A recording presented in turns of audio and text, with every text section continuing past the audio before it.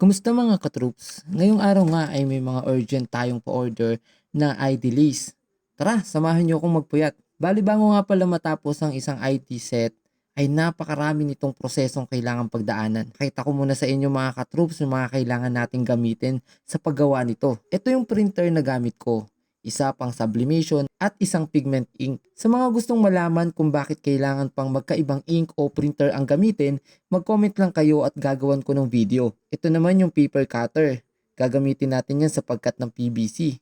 PVC die cutter, lanyard cutter, soldering iron, rematch puncher, laminating machine at syempre yung ating heat press.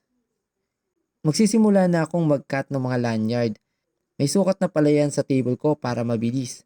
Tapos ipipreheat pa yan sa heat press bago idikit sa pattern. May layout na rin pala ako ng ID list nila kasi repeat order lang naman ito.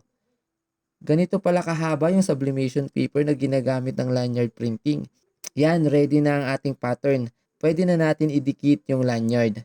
Ingat lang sa pagdikit tulad ng pag-iingat mo sa kanya. Char! Para hindi pumaling yung pattern. Tapos nga yan, i-heat press na natin ito. Hindi na ako nakapag-video sa heat press kasi makalat doon. Bali ito na nga yung itsura pagkabaklas ng lanyard sa pattern. Ang ganda, di ba? Sing ganda niya. Char.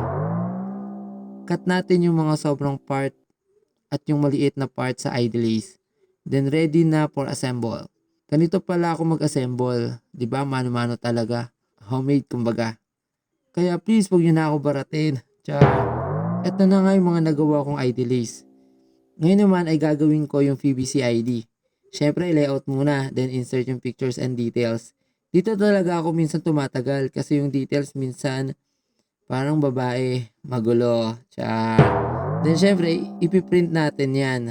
Tapos ididikit natin sa PVC. Ganito nga pala yung ginagawa ko dyan. Tapos ilalaminate na para tumigas. Huy!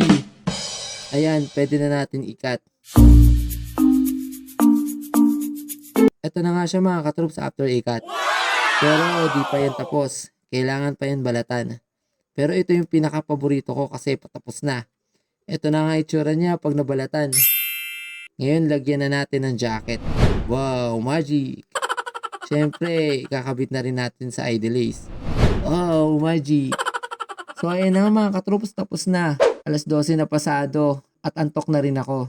Palambing po muna mga katroops, pasubscribe ng YouTube channel ko na ang link ay nasa caption ng video na to. Yun lang, thank you for watching.